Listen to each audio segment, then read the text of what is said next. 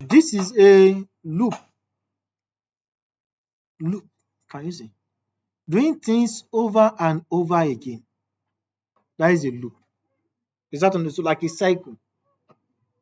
There are different types of loop. There are two different types. One, for, two, while. A variable is declared as CAIE and assigned with a string. I am from Dubai. Isn't it? Now, let's try and do something with each character and print each character. Let us try and access each character and what? Print each character. If I've printed print CAIE, will it print each of the character? What will it print? It will print the whole string. But I want to print each character. I want to print I space A. Is that understood? So there are several ways to print that. But one thing, since we have many, you know the number of things you want to print, isn't it? You know that strings have index, isn't it? I is at index what? 0, the space 1, etc. So because you know the start points, what is the end? What is the last index? The last index is what? Is it length minus 1? Yes, isn't it? That is the last index. Can you still remember? So you know the first index, you know the last index. So that means that since you know the first point and the last point, which loop do you think we should have used? For loop. Is that understood? So that means I will just come here and write for let me say I in CAIE. I've taught you how to use in, isn't it? For I in CAIE. So I is just a variable. And I told you it is not advisable to use an alphabet as a variable, isn't it? So I can write for letter in CAIE. That means this will take each of the, that is, the first letter will be what? Will be the first letter in what? In that string. Is that understood? For letter in CAIE. Then print letter. Letter is a variable. It means for each of the item in that string. So we are printing each item. So this does not work with index. It works with each item, not index. So if I print this now, if I run this code now, you can see it now. What is the first alphabet? What is the first character? I. The next one, space. The next one, A. It prints everything up to the last one. So this does not print the index. Is this understood? It takes each of the value in that string, not the index. Why did I use for loop? Because I know that it will start from the start to the end. Is this understood? If you want to use while, there must be a condition. For, no condition. The condition is just for the start point to the what? To the end point. What if I want to work with the index? There is a function called the range function. This range function gives a range of values. It gives what? So if I write range 5, this will give me values from 0 to 4. If I write range 0, 5, it will still give me values from 0 to 4. If I write range 2, 5, this will give me values from 2 to 4. If I write range 7, this will give me values from 0 to 7. Sorry, from 0 to what? 6. Is this understood? So let me work with range. You guys understand what range means, right? Of 0, 10, 3. In step of 3. That means the first value is 0. The next value is 3. The next value is 6. The next value is 9. So these are the numbers you to generate. If I did not put step, then it will have generated all the values between 0 and 9, between 0 and 10, but 10 not inclusive. Is this understood? Is this understood, everyone? Good. So range only generates integer values. Okay, good. So imagine if I now write my code, instead of writing for letter in CAIE, then I write for letter in range len of CAIE. Of CAIE. Then I print letter. So look at this. The range len of CAIE is what? What does len of CAIE means? It returns the length of the string, isn't it? What is the length of this string? 1, 2, 3, 4, 5, 6, 7, 8, 9, 10, 11, 12, 13, 14, 15. Length of the string is 15, isn't it? Length of the string is what? 15. That means that range of 15 will give me values from 0 to 14. Is this understood, everyone? Range of 15 give me value from what? 0 to 14. So for letter in 0 to 14, that means the first value for letter will be what? 0. Next value is what? 1. Next value is what? 2. Next value is what? 3. Because I am taking letter in the range of values. I am not taking letter in the string. Is that understood, everyone? The first example is letter in string. The second example is letter in range of numbers. So if I print letter, it prints from 0 to 14. Can you see that? Is this understood, everyone? In range of len of CAIE. But I actually want to print these values of CAIE, the characters in the string. I don't want to print the index. You know, this is printing the index, right? Then I can print CAIE, then letter. Do you understand when I taught you guys string manipulation? So CAIE, letter will go from 0 to 14, isn't it? So it starts at what? It starts at 0, 0, 1, up to 14, isn't it? So it takes letter equals to 0. Then it prints what? CAIE 0. What is CAIE 0? I. It goes back and take letter equals to 1. It prints CAIE 1. What is CAIE 1?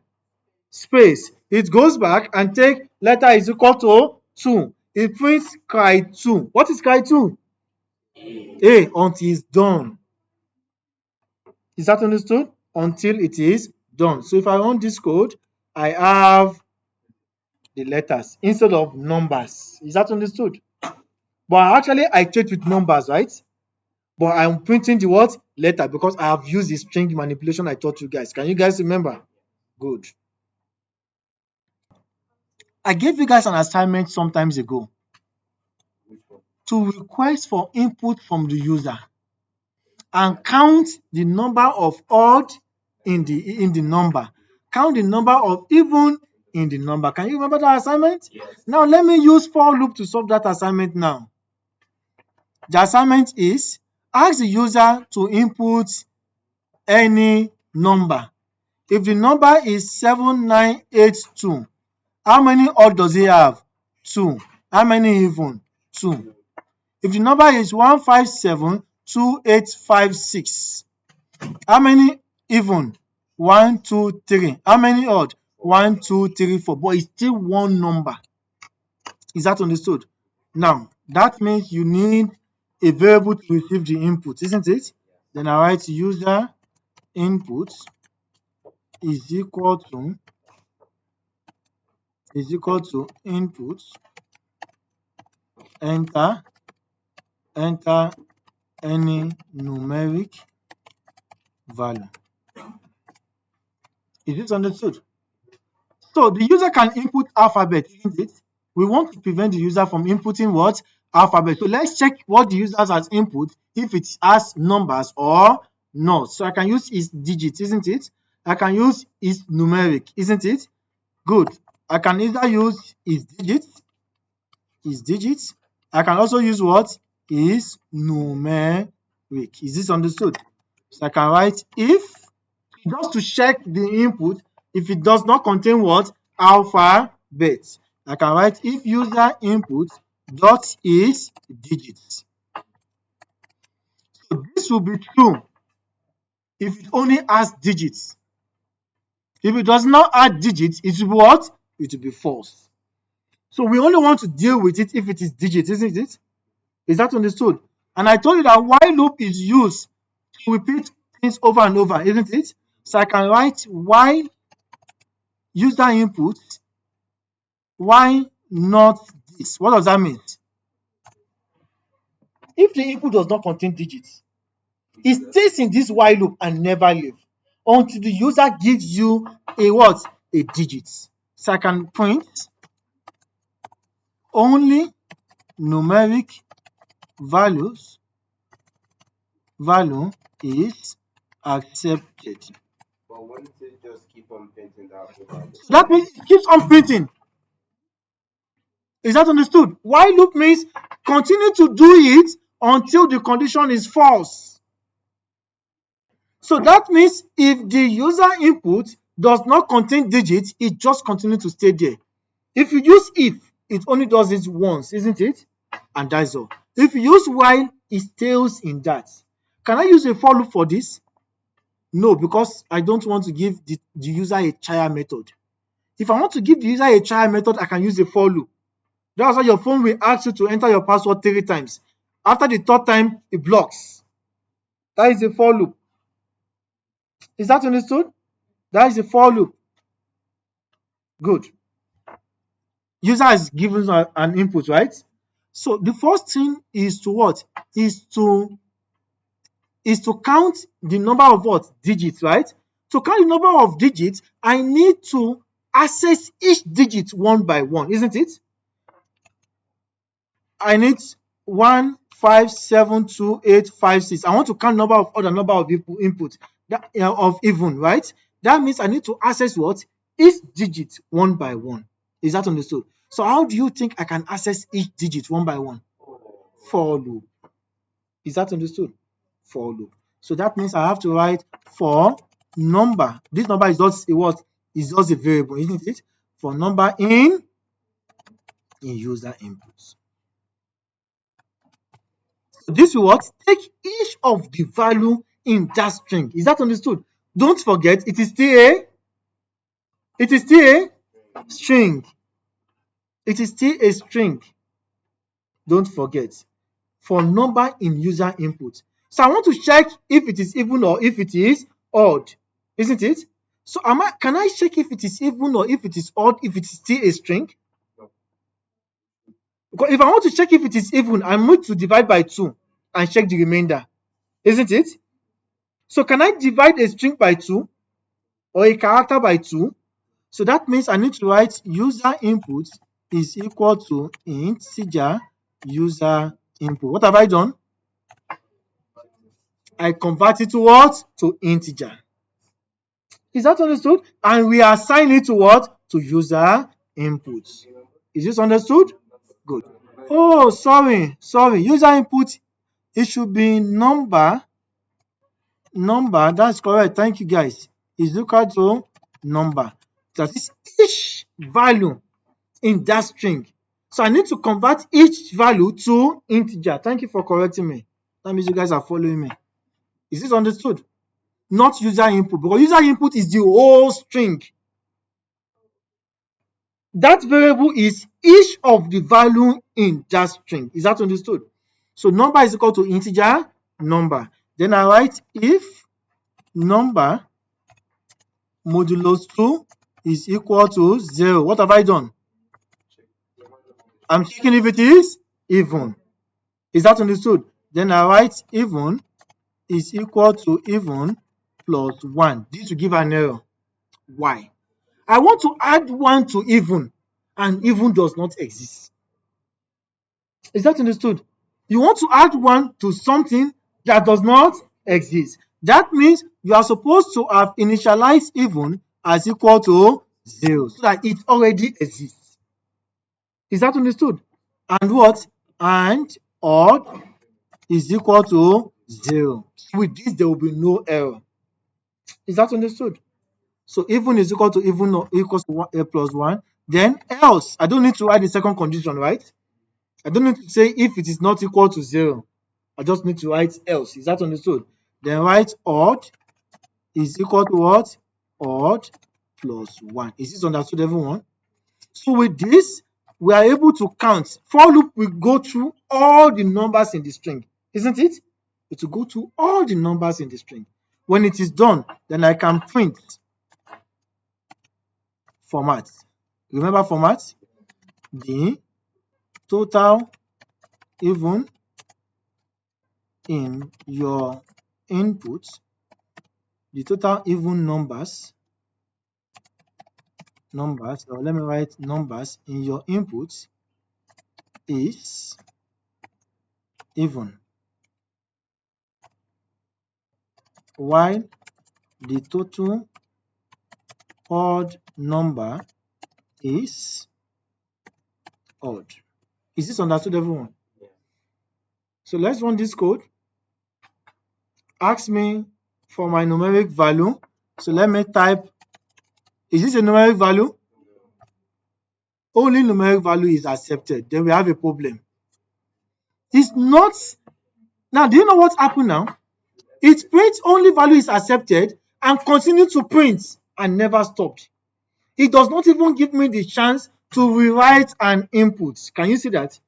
So to solve this problem, that means that I need to request for another input. Print only numeric value is accepted, then request for another input. Can you see that?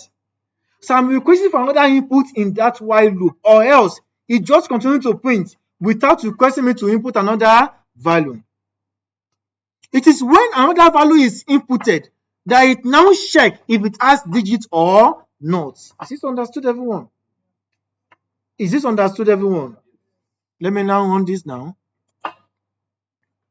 and do the same thing. Only numeric value is accepted. Enter any what? Numeric value. It asks me again. Unlike the previous one, it does not ask. So when I try to put a code to check the condition, then the condition keeps checking. It keeps checking until that value is now only values. Can you see? Total even number is 6, while the total odd number is what? Is 8. Is this understood, everyone? So I have illustrated for loop and while loop. Question. So we use why not because if I did not use this not, it means while it contains digits. If I add the not, it means while it does not contain digits. Yes, so this will be, if I write this, if it contains digits, it's going to be true. If it contains digits, then it is false. And while loop will not execute if the condition is false. It only executes if the condition is true. So if it does not contain digits, this statement will be false. Because of this not, it makes it true. Is that understood? Good.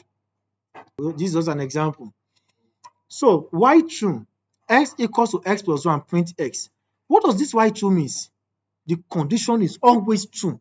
So there is no even to check any condition. Is that understood? No need to check anything because it is true. X equals to x plus 1. There's going to be a problem because x is not known, right? So let me write x is equal to 0. Now x is known, isn't it? So it's continuing to add 1 to x. So who can tell me when this code will stop running? When your laptop. It will never stop running. Because the condition is always what? True. So let me run this code. It just continues. You can leave it like this till next year. It continues. 100 years time. In as much your laptop is working, it continues. It will never stop. Because the condition is always what? True. But what if we don't want this? I hope you guys understand the problem. What if I want to stop it from running at a condition? What if I want it to stop if it gets to a condition? So I can write if x is equal to 100, break. So this will stop it from running. The break function or this break statement takes your code away from the while loop. So that means this will run from 0 to what? 101. Is that correct? Oh, sorry. 101 times. Is that understood? So that means if you run this code now, can you see? It gets to 100 because it has 0 plus 1. Then it stops as 100 instead of going to eternity. It breaks. If you don't write this condition, so that means if this condition is not met, it will not break. Is that understood? If I make it 1000 now and run this code, it stops at 1000. If I make it 1 million, it stops at 1 million. Is that understood? So that is how to use the break. Is this understood, everyone? But don't forget there's an if statement that says if this condition is met, break. So after writing break, then you can write I am here. You can continue to write your code. That's what I mean. Is that understood? You can continue to write your code, then every other thing after this code is executed. But if you don't have this break, will this I am here be executed? Never. It will not be executed. Is that understood? Good. You can also use the break for for loop. For example, if I write list is equal to 1, 5, 6, this, what would this print? 1, 5, It prints the items, isn't it? So if you run this, it prints all this as well. Is that understood? So it's not necessary it must what? It must be a string. Is that understood? Now, if I want to stop it from printing when it gets to a point, if index, index will take what? Each of the value in what? In the list, isn't it? If index is equal to 2, break. That means it will stop when the value of index is 2. That means it will not print what? The last 5 and 7, isn't it? So if I run this code now, it stops at 2. It will not print 5 and 7. You can also use for string as well. Is that understood? Maybe this is Rehab and comma. Maybe this is let's say Ismail. And I write if index is equal to Ismail. Is that understood? Break. Then when you run this code now, can you see? It does not print 5 and 7. It only stops as what? Ismail. So it's not composing its own numbers. It can be anything. Is that understood? Good.